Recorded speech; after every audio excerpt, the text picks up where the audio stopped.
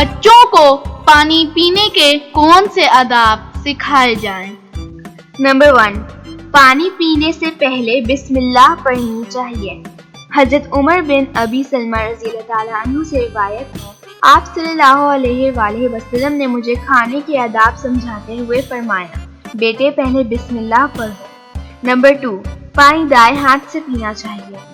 حضرت عبداللہ بن عمر رضی اللہ تعالیٰ عنہ سے روایت ہے کہ حضور نبی اکرم صلی اللہ علیہ وآلہ وسلم نے فرمایا، جب تم میں سے کوئی شخص کھانا کھائے تو دائیں ہاتھ سے کھائے، جب تم میں سے کوئی شخص پیے تو دائیں ہاتھ سے پیے۔ نمبر 3، پانی بیٹھ کر پینا چاہیے۔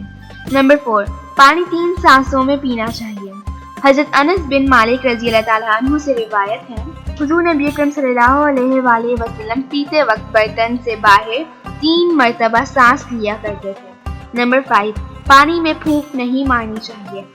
حضرت ابو سعید خدری رضی اللہ تعالیٰ عنہ سے روایت ہے، حضور نبی اکرم صلی اللہ علیہ وآلہ وسلم نے پانی میں پھونکنے سے منع فرمایا۔ ایک آدمی نے عرض کیا، برتن میں تنکا وغیرہ دیکھوں؟ آپ صلی اللہ علیہ وآلہ وسلم نے فرمایا، اسے گرا دو۔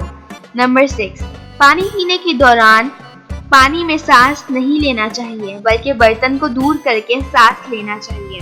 حضرت ابو قتادہ رضی اللہ تعالیٰ عنہ اپنے والد سے روایت کرتے ہیں کہ حضور نبی اکرم صلی اللہ علیہ وآلہ وسلم نے فرمایا، جب تم میں سے کوئی پانی پیے تو برتن میں سانس نہ لے۔